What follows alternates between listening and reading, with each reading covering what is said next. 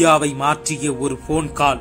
அதிகாரியாக இந்தியாவின் பல பதவிகளை வகித்த மன்மோகன் சிங் அரசியலில் புகுந்தது அந்த ஒரு போன் காலுக்கு பிறகுதான். தூக்கத்தில் இருந்தவரை எழுப்பிய அந்த போன் காலால் என்ன மாற்றம் நிகழ்ந்தது தெரியுமா?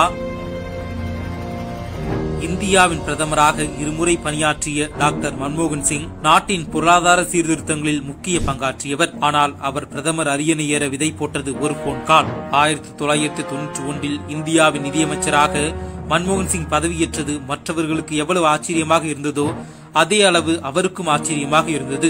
கேம்பிரிட்ஜ், ஆக்ஸ்போர்ட் போன்ற பல்கலைக்கழகங்களில் பொருளாதாரத்தில் பட்டம் பெற்ற மன்மோகன் சிங் ஐக்கிய நாடுகள் அவையின் வர்த்தக மேம்பாட்டுக்கான பிரிவில் 1966 முதல் 1969 வரை புகழ்பெற்ற பொருளாதார வல்லுநரான ரவுல் பிரீபிஸ் தலைமையில் பணியாற்றிய பெருமை பெற்றவர். மத்திய அரசிற்குள் அவரின் என்ட்ரி 1971 நிகழ்ந்தது. 1971 நிதி அமைச்சகத்தின் பொருளாதார ஆலோசகராக தொடங்கி நிதி அமைச்சகத்தின் தலைமை பொருளாதார ஆலோசகர், நிதி அமைச்சக செயலாளர், திட்டக்குழு துணைத் தலைவர், ரிசர்வ் வங்கி ஆளுநர், பிரதமரின் ஆலோசகர், பல்கலைக்கழக மானியக் குழுவின் தலைவர் என பல பதவிகளை வகித்தார். எனினும் அதிகாரி ரீதியிலான பதவிகளை வகித்து வந்த மன்மோகன் சிங்கை அரசியல் பக்கம், அதுவும் அமைச்சராக மாறியது ஒரு தொலைபேசி அழைப்பு சம்பவத்துக்கு பிறகே. அது ஜூன் 1991. மன்மோகன் சிங் நெதர்லாந்தில் நடந்த ஒரு மாநாட்டில் கலந்து கொண்டு டெல்லிக்கு திரும்பியிருந்தார். அன்று இரவு மன்மோகன் சிங்கின் மருமகன் விஜய் தங்கா ஒரு தொலைபேசி அழைப்பை எடுத்தார். மறுமுனையில் கேட்டது அப்போதைய பிரதமர் PV நரசிம்மராவின் நம்பிக்கைக்குரிய நபரான PC அலெக்சாண்டரின் குரல்.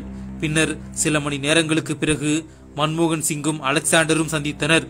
அந்த சந்திப்பில் அப்போதைய பிரதமர் PV நரசிம்மராவ் தனது அமைச்சரவையில் நிதியமைச்சர் பதவியை மன்மோகன் சிங்கிற்கு அளிக்க விருப்பத்தை எடுத்துரைத்தார் அலெக்சாண்டர். ஆனால் அப்போது UGC தலைவராக இருந்த மன்மோகன் சிங் அரசியலில் ஆர்வமில்லாதவர். மேலும் அலெக்சாண்டர் சொன்னதையும் மன்மோகன் சிங் நம்பவில்லை. மறுநாள் வழக்கம் போல UGC அலுவலகத்துக்கு பணிக்கு சென்றார்.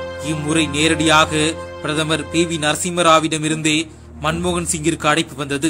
இதன் பின் நடந்த பதவியேற்பு விழாவில் மற்ற அமைச்சர்களுடன் நிதியமைச்சராக மன்மோகன் சிங் பொறுப்பேற்றுக் கொண்டார். நிதியமைச்சர் பொறுப்பை ஏற்க சில மணி நேரங்கள் மட்டும் தனக்கு யோசிக்க நேரம் இருந்ததாக ஒரு முறை மன்மோகன் சிங் குறிப்பிட்டுள்ளார். எனினும் நெருக்கடி நிறைந்த இந்திய பொருளாதாரத்தை வழிநடத்தும் வாய்ப்பை அவர் நிராகரிக்க விரும்பவில்லை.